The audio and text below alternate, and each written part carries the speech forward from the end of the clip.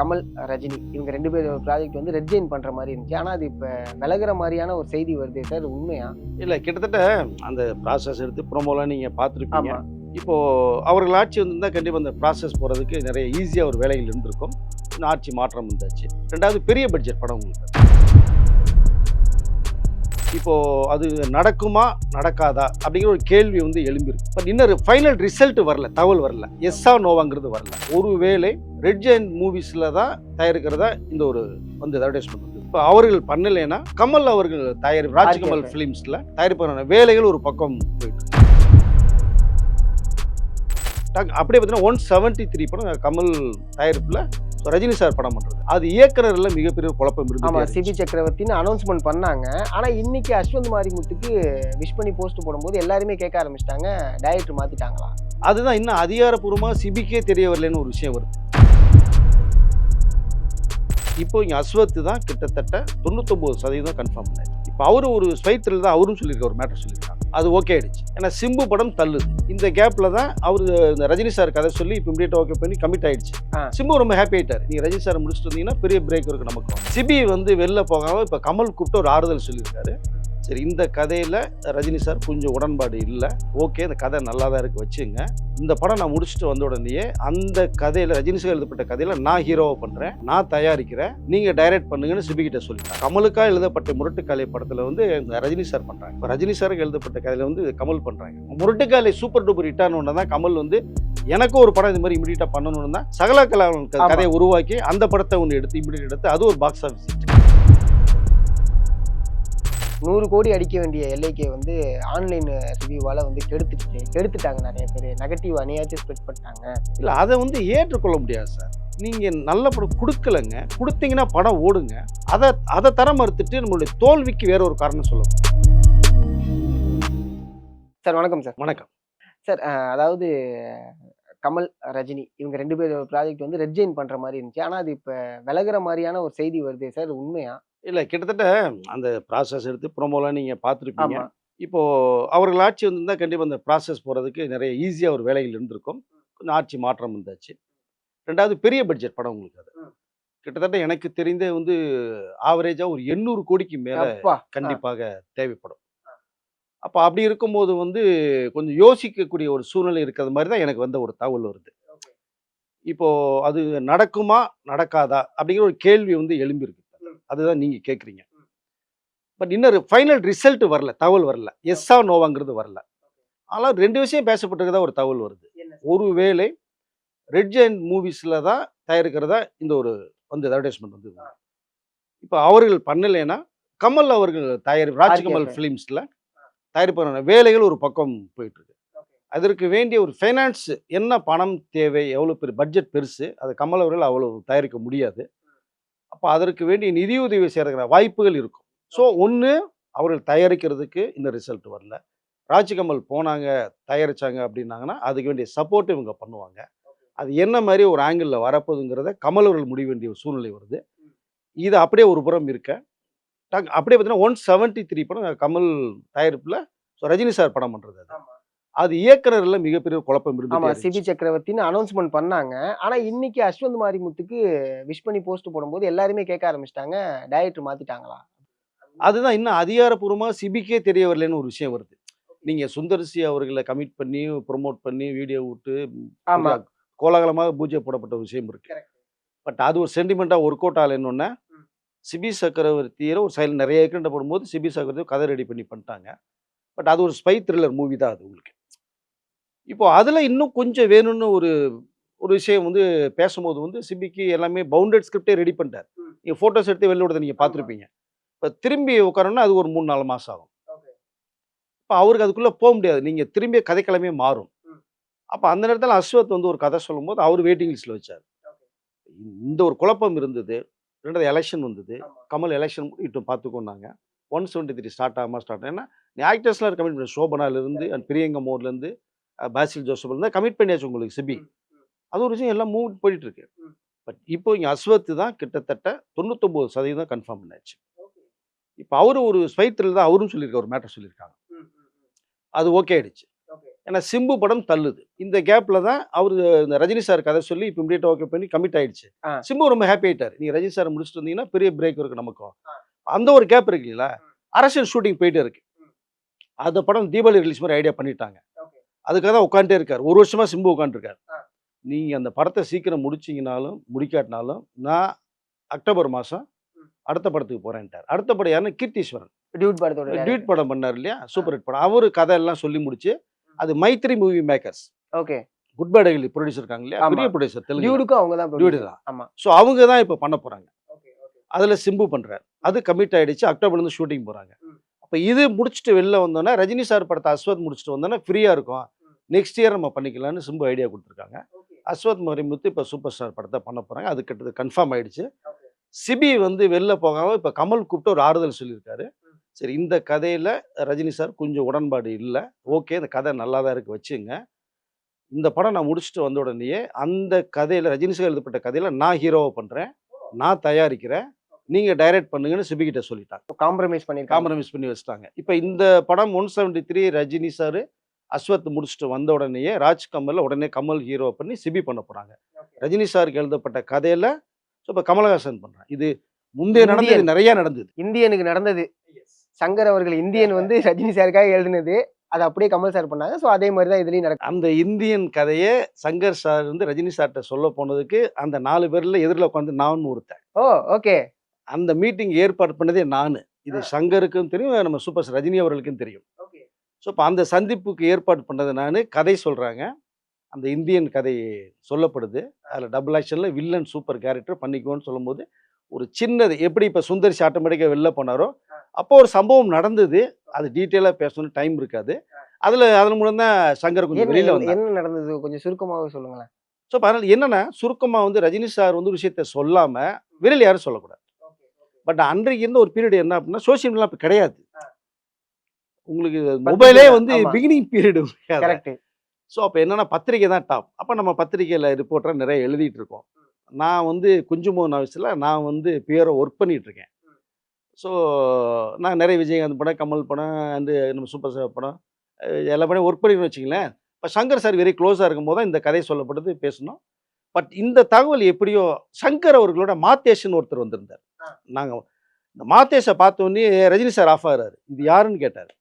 ஏன்னா சங்கர் நான் 2 பேர் தான் மீட்டிங் அப்பாயின்மெண்ட் கொடுக்கப்பட்டது. மாத்தேஷ் அவன் கூட்டுறது எனக்கே தெரியாது. சங்கர் சார் கூட்டு வந்துட்டார். அவருடைய ரிலேஷன் வேற. இது எதிர்பார்க்கல. அப்படியே யோசிச்சிருக்கும் போது சொன்னாங்க இல்லை நமக்கு ரிலேஷன் வேணும். சரி ஓகேன்னு உட்காந்து பேசிட்டாங்க. இப்போ 3 பேர் தான் உட்காந்து பேசுகிறோம். ஸோ ரஜினி சார், நான், சங்கர், மாத்தேஷ். அப்புறம் ஜெயராம் சார் இருக்கார். சரோஜினியோட 5 பேர் மாடியில் உட்காந்து பேசிகிட்டு இருக்கோம். அப்போது நான் ஆஸ்திரேலியா போயிட்டு வந்துடுறேன். வந்தோன்னே நம்ம பிளான் பண்ணிக்குவோம் அப்படின்னு சொல்லும்போது வந்து இந்த மேட்ரு எப்படியோ வெளியில் போயிடுச்சு. வெளியில் போய் பத்திரிகையில் நியூஸ். அப்போ ஆஸ்திரேலியாவில் வந்து ரஜினி சார் என்னென்ன சம்பவங்கள் நடக்குது, பத்திரிகையில் என்ன வந்திருக்கு, புஸ்தகத்தில் என்ன வந்திருக்குன்னு சொல்லி டெய்லி ரிசல்ட் சொல்லுவாங்களா அவருக்கு ஃபோன் மூலமாக. அப்போ இந்த தகவல் போயிடுச்சு. அப்போ கேடி குஞ்சுமோகன் என்ன பண்ணால் நானும் ரஜினி சார் சேர்ந்து படம் பண்ண போகிறோம். ஒரு 200 அடிக்கு ஒரு கட் அவுட், எனக்கு ஒரு கட் அவுட், ரஜினி சார் ஒரு கட் அவுட் மாதிரி ஒரு தகவல் ஒன்று எங்கிட்ட லூஸ் ஸ்டாக் போய் அது யார் சொன்னானே தெரியல. லூஸ் ஸ்டாக் போய் இந்த தகவல் வரும்போது கொஞ்சம் அப்செட் ஆனாங்க. அப்போது 1 மாதத்துக்கு அப்புறம் நான் திரும்பி அதே சந்திப்பில் போகிறோம். போகும்போது வந்து ஃபஸ்ட்டு காமிச்ச இன்ட்ரெஸ்ட்டு காமிக்கல ரஜினி சார். ஸோ அப்போ அந்த வில்லன் கேரக்டர் எனக்கு பிரமாதமாக இருக்குது, நான் அதை பண்ணிடுவேன். ஆனால் இந்த ஓல்டு கெட்டப் வந்து எனக்கு கொஞ்சம் எப்படி சிரமம் அது அப்படின்னு சொல்லி பேசி இதை கமல் சார் பண்ணால் ரொம்ப நல்லா இருக்குன்னு சொல்லி ரஜினி சார் ஒரு ரெஃபரன்ஸும் கொடுத்தாங்க. பட் மீண்டும் நம்ம சந்திக்கலாம் சங்கர் அப்படின்னு சொல்லி கை கொடுத்து காஃபி கொடுத்து பேசிட்டு வெளில வந்துட்டோம். அதுக்கப்புறம் தான் சிவாஜியில தான் கிட்ட 12 வருஷத்துக்கு அப்புறமேல் சேர்ந்தது. கரெக்ட். பட் அந்த படம் ஆட்டோமேட்டிக்காக அப்புறம் கமல் அவர்களுக்கு போச்சு. இப்படி ஒரு சம்பவம். அதனால் இந்த மாதிரி நீங்கள் வந்து சொல்லாமல் சொல்லிட்டீங்கன்னா அது சிக்கலாயிரும் அப்படிங்கிறது தான் நான் இந்த ஒரு விஷயத்தை சொல்ல வந்தேன். ஸோ இப்போது வந்து அஸ்வத் பண்ணுறாங்க. சிபி சக்கரவர்த்தி இந்த கமல் ஹீரோக்குள்ளே பண்ணுறாங்க. இவருக்கு எழுதின கதையை வந்து கமல் பண்ணுறாங்க. ஏற்கனவே நிறையா படங்கள் நிறைய விஷயங்கள் சொல்லலாம். மீண்டும் சொல்லிக்கிறேன், டைம் பத்தாது. முரட்டுக்காலை படம் வந்து கமலுக்கு எழுதப்பட்ட ஒரு கதை. கமல் தான் ஹீரோ முரட்டுக்காலையில். அவரு கொஞ்சம் அந்த நேரத்தில் கொஞ்சம் ப்ராப்ளம் பண்ணும்போது தான் டக்குன்னு ஏமி செட்டியார் உயிரோட இருந்தாங்க. அப்படியா கமல் இல்லையா, சரி அடுத்து ஏறும்போது இந்த கருப்பா ஒரு பையன் சுற்றிட்டு இருக்கா அப்படியே நான் பார்த்தப்பா அப்படின்னாரன். ஐயா மேம் செட்டியார் ஐயா. உடனே அப்போ ரெஸ்யூம் தான் சொல்லி வர சொல்லி பார்க்கும்போது ரஜினி சார் வந்தோடனே கேட்டோன்னே சம்பளமே எனக்கு ஒன்று வேணாம், நீங்கள் இன்னும் சொல்லுங்கள் படம் பண்ணுறேன் அப்படின்னா முரட்டுக்காலை உருவாச்சு. அப்போது கமலுக்கா எழுதப்பட்ட முரட்டுக்காலை படத்தில் வந்து இந்த ரஜினி சார் பண்ணுறாங்க. இப்போ ரஜினி சாருக்கு எழுதப்பட்ட கதையில வந்து கமல் பண்ணுறாங்க. முரட்டுக்காலை சூப்பர் டூப்பர் ஹிட் ஆன உடனே தான் கமல் வந்து எனக்கும் ஒரு படம் இது மாதிரி இமிடியேட்டாக பண்ணணும்னு தான் சகல கலாவன் ஆமா. கதையை உருவாக்கி அந்த படத்தை ஒன்று எடுத்து இமிடியேட் எடுத்து அது ஒரு பாக்ஸ் ஆஃபீஸ் ஹிட். ஸோ சம்பவங்கள் நிறைய சுவாரஸ்யமான சம்பவங்கள் உங்களுக்கு இருக்குது. அதனால் இந்த இப்போ 173 வந்து இதுக்குள்ளே போகிறனால அந்த 174 அப்படிங்கிறது வந்து கமலுடைய பெரிய பட்ஜெட்டில் போகுது. அது எப்படி இந்த டைம் எடுத்து தான் அது யோசித்து கமல்கள் பண்ண வேண்டிய சூழ்நிலையில் இருக்குது சார். புரியுது சார். அதே மாரி வந்து பார்த்தீங்கன்னா, அடுத்து இன்னொரு விஷயம் என்னன்னா, வெங்கட் பிரபு அவர்கள் தனுஷுக்கு கதை சொல்லியிருக்கிறதா ஒரு விஷயம் வருது. அது வந்து சிவகார்த்திகேயன் அவர்களுக்கு சொல்லப்பட்ட கதையா? இல்ல வேற கதையா சார்? இல்லை சிவகார்த்திகேயன் சொல்லப்பட்ட கதையில சின்ன ஆல்ட்ரேஷன் ஒன்று சொன்னாங்க. சத்யஜோதி அதான் சொன்னாங்க. சரி ஹீரோ லைக் பண்ணும்போது கொஞ்சம் மாற்றி பண்ணுங்க அப்படின்ட்டு. பட் அதில் கொஞ்சம் சிவகார்த்திகேயன் அவர்களுக்கு கொஞ்சம் கதையில் கொஞ்சம் உடன்பாடு கம்மியாக இருந்தது. பட் இப்போ தனுஷ்க்கு வந்து வெங்கட் பிரபு சொல்லி ஒரு கதையை சொல்கிறாங்க. இந்த கதை மாதிரி தான் வருது. பட் வேற கதை சொன்னாங்க. இன்னும் சரியான தகவல் வரல. அப்படி இருந்தாலுமே தனுஷ் அவர்கள் வந்து பண்ணக்கூடிய பார்த்தீங்கன்னா, இன்னும் 2 வருஷத்துக்கு அவருக்கு டேட் கிடையாது. 2028க்கு மேலே தான் வந்து வெங்கட் பிரபு ஜாயின் பண்ணணும். அது வரைக்கும் ஒரு இயக்குனர் வந்து ஒரு ஹீரோக்கா உட்காந்துட்டு இருக்கிறதுக்கான அது இருந்தாங்கன்னா அது வேஸ்ட்டுன்னு தான் நான் சொல்ல முடியும். நீங்க வந்து ப்ரூவ் பண்ண ஒரு இயக்குனர். கதை நல்லா இருக்கு. அப்ப எந்த ஹீரோ வச்சு நீங்க ட்ராவல் பண்ணி விடலாம். இன்னைக்கு கதை பிரமாதமா இருந்தா படம் ஓடுங்கிறதுக்கு நிறைய படங்கள் உதாரணம். பிளாஸ்ட்னு படம் வந்து டப்பிங் படம் நாங்க எல்லா பேருமே. அர்ஜுன் அது டப்பிங் படமா இருக்கும். ஆனா படம் வந்து இன்னைக்கு பரபரப்பா பேசப்பட்டு கரெக்ட். 25 போய்க்கிட்டு கோடிக்கு மேல போயிட்டு இருக்கு. போயிட்டு இருக்கு. ஸோ நல்ல படம் குடுத்தீங்கன்னா வரைய படம். தியேட்டர்களுக்கே கொடுக்க முடியல. சூர்யா நல்லா கருப்பு குடுக்கலையா? அதனால நீங்க வந்து நீங்க இவர் தான் வேணும், அவர் தான் வேணும்னு வெயிட் பண்ணீங்கன்னா அப்படின்னா 2 வருஷம் வெயிட் பண்ணுவேன் வெங்கட் பிரபு. புரியுது.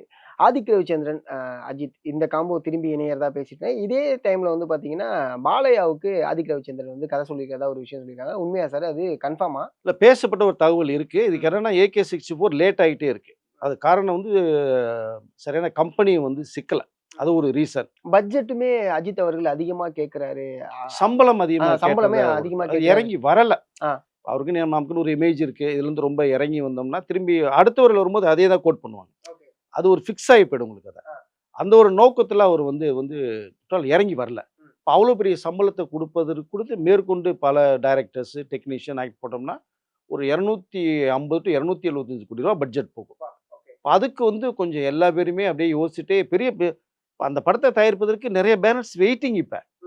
அதனால இந்த பட்ஜெட்னால கொஞ்சம் அப்படியே இழுத்துக்கிட்டு இருக்கு. 2வது ஒரு கார் ரேஸ்ன்னு போயிட்டு துபாய் போயிட்டாங்க. துபாயில வேற வீடெல்லாம் இருக்கு. நம்ம இவருக்கு அஜித் சாருக்கு இருக்கு. அங்கே போறாங்க கார் ரேஸ்ன்னு போய் இதுலேருந்து அக்டோபர், நவம்பர்ல பிளான் பண்ணது மிஸ் ஆனதுனால, இப்ப மே வரைக்குமே மிஸ் ஆயிட்டு இருக்கு. அந்த காலதாமதனால இப்போ ஆதிக்கு வந்து இன்னொரு கதைய ரெடி பண்ணியிருக்காங்க. வேற ஹீரோ கிட்ட யார்ட்ட ஒரு கதை சொல்லி பண்ணலாமா அப்படிங்கும்போது தான் தமிழ் ஹீரோ கிட்ட யார்ட்டயும் இல்ல இப்ப. அப்ப தெலுங்கு ஹீரோ பண்ணலாம்னா, பாலையா கிட்ட ஒரு ஸ்கிரிப்ட் வச்சிருக்கிறதுனால, பட் அவர்ட்ட போனாலும் நீங்க 1 வருஷத்துக்கு அப்புறம் தான் டேட் வரும். உடனே டேட் கிடையாது. அப்ப நீங்க ஆதிக் ரவிச்சந்திரனுடைய சூழ்நிலை இப்ப ஒரு மிகப்பெரிய சிக்கல் இருக்கு. அஜித் சார் கம்பெனி எடுத்து உடனே ஓகே அப்படின்ட்டாங்கன்னா, இது கண்டினியூ பண்ணுவாங்க. இல்லைனால் இவர் வந்து பாலையா கிட்ட போயிட்டு பண்ணாருன்னா, அவர் கமிட் பண்ணிட்டாங்கன்னா திரும்பி இங்க வர முடியாது. இப்ப AK-64 வந்து அடுத்த ஒரு இயக்குனருக்கு போயிடும் அது. பட் இந்த தயாரிப்பாளர் அஜித் சார், ஆதிக் ரவிச்சந்திரன் யாருன்னுங்கிறதுல மிக ஒரு குழப்பத்திலே போகுது. அதுக்கு இன்னொரு முடிவு தெரியாம இருக்கு. புரியுது சார். ஏன்னா இதுக்கு முன்னாடி விக்னேஷ் சிவன் அவர்களுக்கும் அதே மாரி தான் நடக்க ஆரம்பிச்சுச்சு. அதுவும் முடிவு தெரியாம போச்சு. இப்ப சிவி சக்கரவர்த்திக்கு அந்த முடிவு தான் தெரியாம இருக்கு. அடுத்து ஆதிக் ரவிச்சந்திரன். ஏன்னா இது ஒரு பெரிய இப்ப சுழற்சியா தமிழ் போயிட்டு இண்டஸ்ட்ரி ஒரு குழப்பத்துல இருக்கு சார். என்ன பண்ணா ஹிட் ஆக என்ன முடியும் அப்படிங்கிற மாரி போயிட்டு அதுதான் இருக்குன்னு நீங்க நினைக்கிறேன். பட்ஜெட் பெருசா போகுது. ஹீரோக்கள் சம்பளம் தாறுமாறா இருக்கு. தயாரிப்பாளர் வந்து வட்டிக்கும் யாரும் பொட்டியில வச்சு பூட்டி எடுத்து எடுத்து செலவு பண்ணல. 2 வட்டிக்கு வாங்க, அப்புறம் 4 வட்டிக்கு வாங்க, 10 வட்டிக்கு வாங்குவாங்க கடைசி நேரத்துல மாட்டிக்கிறாங்க. ஸோ இப்போ அப்படி ஒரு சூழ்நிலை இருக்கும்போது எல்லா பேருமே கோஆப்பரேட் பண்ணணும். ஹீரோக்கு கோஆப்பரேட் பண்ணணும். ஒரு இயக்குனர் கோஆப்பரேட் பண்ணணும் தயாரிப்பாளருக்கு. ஒரு கோஆப்பரேஷன் இல்ல இங்க. நீ எவன்ட்டயோ பணம் வாங்கு, எனக்கு குடுக்குற சம்பளத்த நீ குடுத்துரு. அப்படின்னு சூழ்நிலை மாறுது. அதனால தான் இந்த இந்த குழப்பங்கள் நிறைய ஓடிட்டு இருக்கு. விக்னேஷ் சிவனுக்கு அதே ப்ராப்ளம் தான் ஆமா. ஏன்னா வந்துச்சு. விக்னேஷ் சிவன் கூட இப்ப ஒரு விஷயம் ஒரு ஸ்டோரியில போட்டிருந்தாரு. 100 கோடி அடிக்க வேண்டிய எல்லைக்கு வந்து ஆன்லைன் ரிவ்யூவால வந்து கெடுத்துட்டாங்க நெறைய பேரு. நெகட்டிவ் அநியாயத்த ஸ்ப்ரெட் பண்ணிட்டாங்க. அதனால தான் வந்து அடுத்த ஷோக்கு வந்து வரல. யாருமே வரல. அப்படிங்கிற மாரியான ஒரு இல்ல அத வந்து ஏற்றுக்கொள்ள முடியாது சார். நீங்க வந்து ஒரு விமர்சனம் வந்து ஃபர்ஸ்ட் டே ஃபர்ஸ்ட் ஷோ பார்த்த உடனே விமர்சனம் குடுத்துர்றாங்க. இன்டர்வல்ல ஒரு விமர்சனம் வெளில போயிருது. ஆமா. படம் முடிஞ்ச விமர்சனம் போயிருது. மாப்பிள வந்துராதடா அப்படியே டீ சாப்பிட்டு போம்டான்னு சொல்லி கூட்டு போயிடுறேன். நீங்க பணம் தரலைன்னு அர்த்தம். இப்ப நான் விக்னேஷ் சிவனுக்காக சொல்லல. எந்த இயக்குனருமே நீங்க கங்குவாலாம் அதே மாரி தான் ரிசல்ட். இல்லையா? ஏன் தொடர் தோல்வியில குடுத்தாங்க? ஏன் கரப்பட ஏன் தனுஷ்க்கு போல? நீங்க நல்ல படம் குடுக்கலங்க. குடுத்தீங்கன்னா படம் ஓடுங்க. அதை அதை தர மறுத்துட்டு நம்மளுடைய தோல்விக்கு வேற ஒரு காரணம் சொல்லக்கூடாது. யாராலையும் தடுக்க முடியாது நல்ல தடுக்க படத்தை. முடியாது, வெற்றியை தடுக்கவே முடியாது. இந்த கருப்பு வெற்றி யாரை தடுக்க முடிஞ்சுதா? முடியல. 300 கோடியை தாண்டி போயிடுச்சு. நீங்க ஒரு சிறந்த படத்தை கொடுத்தீங்கன்னா மக்கள் ஏற்றுக்கொள்ளாங்க. ஒரு தோல்விக்கு ஒரு காரணம் சொல்றாங்க. அது வந்து என்னால ஏற்றுக்கொள்ள முடியல. எல்லைக்கே வந்து ஆவரேஜான ஒரு படம். பட் முயற்சி பண்ணியிருக்காரு. 100 கோடி ரூபாய்க்கு மேல பட்ஜெட் தயாரிக்கப்பட்ட படம். எல்லாமே சரி, ஓகே. விக்னேஷ் அவர்களுக்கு என்ன வரும்? நல்ல ஒரு ஹியூமர் சென்ஸ் நல்லா வரும். நல்ல ஒரு லவ் மேட்டர் ஒன்று பண்ணார். ஏன்னா பாவ கதையிலே ஒரு ஜாலியான கதையை சொன்னவர் அவரு. எஸ், ஜாலியா சொன்னவர்ல. அப்ப அப்படிப்பட்ட ஒரு கேரக்டர்ஸ் வந்து அந்த யதார்த்தத்துக்குள்ள நீங்க போயிடணும். நீங்க ஒரு சேஞ்சஸ் ட்ரை பண்றீங்க. ஓடுனா ஓகே. தொடர் வெற்றியில கொடுத்தாரு பிஆர். இந்த படம் மிகப்பெரிய தோல்வி செஞ்சாங்க. இப்ப அவருக்கே ஒரு மைனஸ் ஆகும்ல. பட் உங்களுக்கு மைனஸ், அவருக்கு மைனஸ், டோட்டல் எல்லாருக்குமே மைனஸ். பெரிய ஸ்டார் காஸ்ட். நீங்க படம் சரியா தரல. அதனால வந்து விமர்சனங்கள் வந்து வேற மாதிரி வந்தது. தோல்வியை சந்திச்சு. இதுதான் நிஜம். அந்த நிஜத்தை வந்து கண்டிப்பா ஏற்றுக்கொள்ளணும். ஒன்றும் இல்லை, விக்னேஷ் சிவன் வந்து ஒரு ஹீரோ மெட்டீரியல். அவர் அழகான ஒரு வில்லேஜ் மேடை எடுத்துட்டு மதுரை பக்கம் போயிட்டு ஒரு 50 நாள் ஒரு படத்தை பண்ணிட்டு வரட்டும். இன்னைக்கு இருக்கிற ஹீரோக்களை விக்னேஷ் சிவன் வந்து ஒரு ஹீரோவா மாறுவார். நான் அடிச்சு சொல்றேன். ஏன் இந்த கான்ஃபிடன்ட் அவருக்கு வரமாட்டேங்குன்னு எனக்கு புரியல. பண்ணுங்க. இப்போ இதன் மூலம் சொல்றேன், விக்னேஷ் சிவன் நீங்க வந்து 10 கோடி பட்ஜெட்ல படம் பண்ணுங்க. ரொம்ப வேணாம். மதுரையில போங்க, ஒரு வில்லேஜ் மேட்ரு சூப்பரா பண்ணுங்க. படம் பண்ணுங்க. ராஜகிரண் எப்படி வந்தாரு உங்களுக்கு? இல்லையா? அவரெல்லாம் ஒரு ஹீரோ மெட்டீரியலா கிடையாது. கதையில ஹீரோ. நீங்க போங்க. உங்களுக்கு அந்த ஃபேஸ் வேல்யூம் இருக்கு, திறமையும் இருக்கு. ஹீரோவும் சைன் பண்ணலாம். இந்த விஷயத்தை விக்னேஷ் சிவன் காதல போட்டு ஒரு 10 கோடி ரூபா செலவுல போய் ஒரு படம் பண்ணிட்டு வந்து ரிலீஸ் பண்ணுங்க. 2020 பொங்கல் பண்ணுங்க. தாறுமாறா ஹிட் ஆகிறது வாய்ப்புகள் நிறைய. நீங்க ஹீரோவா வருவீங்க. புரியுது. அடுத்து வந்து பாத்தீங்கன்னா பிரியங்கா மோகன் மேட் இன் கொரியா பண்ணாங்க. ஸோ இப்போ வந்து கொரியால வந்து டூரிஸ்ட் ஹானரா வந்து அவார்டு ஐ மீன் அந்த ஒரு பொறுப்பை கொடுத்துருக்காங்க. அவங்களுக்கு ஒரு அம்பாசிடரா கொடுத்துருக்காங்க. அதே சமயம் பிரியங்கா மோகனுக்கு அடுத்து மாரி செல்வராஜோட படங்கள்ல கமிட் ஆகுறாங்க அப்படிங்கிற மாதிரியான விஷயங்கள்லாம் பார்க்க முடியுது. இடையில வந்து ரொம்ப வருத்தப்பட்டு நிறைய விஷயங்கள் அது மேட் இன் கொரியா ப்ரமோஷன்லாம் நிறைய விஷயத்த வருத்தப்பட்டு பேசியிருந்தாங்க. இப்போ அந்த படமே அவங்களுக்கு அடுத்த ஒரு நல்ல ஒரு ஸ்டேஜ் ஆப்பர்ச்சுனிட்டி கொண்டு கொடுக்குதோ? போயிருக்கு. இல்ல, நல்ல விஷயம் தானே, பாராட்டலாம். ஏன்னா மேட் இன் கொரியா வந்து உங்களுக்கு மேக்கிங்கே நல்லா பண்ணியிருப்பாரு டைரக்டர். அது படம் ரொம்ப ஸ்லோவா இருக்கும் உங்களுக்கு. அது ஆமா, ஆமா. என்ன சொல்ற வரேன்னு ஓடிடிக்கான படம் தான் அது. படம் தான் அது. ஆமா. அதான் ரொம்ப ஸ்லோ. நீங்க ஓடிடில பார்க்குறதே வந்து ரொம்ப ஒரு மாதிரி போகும் படம். நான் பார்க்க வேண்டிய படம். கண்டிப்பா ஓடிடில நீ ஃப்ரீ தானே. உட்காந்து பார்த்துட்டு போலாம் நீங்க. பட் அதுக்குள்ள ஒரு அம்பாசிடரா கொடுத்துருக்கும் போது உண்மையிலேயே அந்த கவர்மெண்ட்டை பாராட்டி தீரணும். பிரியாவும் நல்ல யூத்ஃபுல் தான். எஸ், இல்லையா? ஸோ நல்ல ஹீரோயின் தான் அவங்க. இப்ப அப்படி இருக்கும்போது வந்து இங்க பெரிய அளவுல அவங்கனால வர முடியல. ஆனா சிபி சக்கரவர்த்தி படம், ரஜினி சார் படம் கமிட் ஆனாங்க. மிஸ் ஆச்சு. ஆனா இப்ப அரசன்ல பண்ணிட்டு இருக்காங்க. அரசன்ல பண்றாங்களா? ஆமா, பிரியங்கமோகன் பண்றாங்க. ஸோ அது ஒரு பெரிய பிரேக் ஆகும்னு தான் நான் நினைக்கிறேன். ஓகே. அரசன் இருக்கு. அடுத்து மாரி செல்வராஜ் அவர்களோட மாரி படம் இருக்கு. செல்வராஜ் படம் மாரி செல்வராஜ்ல நீங்க பண்ணீங்கன்னா ஒரு பட்டை தீட்டி அப்படி பளபளன்னு அப்படி ஜொலிச்சு கொண்டு நிப்பாட்டிடுவாரு. கரெக்ட். மாரி ஏன்னா செல்வராஜ் அனுபமா பரமேஸ்வருக்கு இங்க தமிழ்ல ஒரு ரீஎன்ட்ரி கொடுத்திருக்காங்க. கொடுத்தது. அதே மாதிரி தான் வெற்றிமாறன் சாரும் ஆ. செதுக்கிடுவார். அப்படியே கொண்டு நிப்பாட்டுவார். ஸோ அதனால அந்த ஒரு வாய்ப்பு வந்து பிறகு பெரிய ரவுண்ட் வரலாம். அந்த அம்பாசிடர் வந்து உண்மையிலே கௌரவிச்சது வந்து உண்மையிலேயே நம்ம அந்த கவர்மெண்ட்டை பாராட்டலாம். Super sir, super sir. ரொம்ப நன்றி சார். உங்களோட நேரத்த கொடுத்ததுக்கு மிகப்பெரிய ஒரு நன்றி சார்.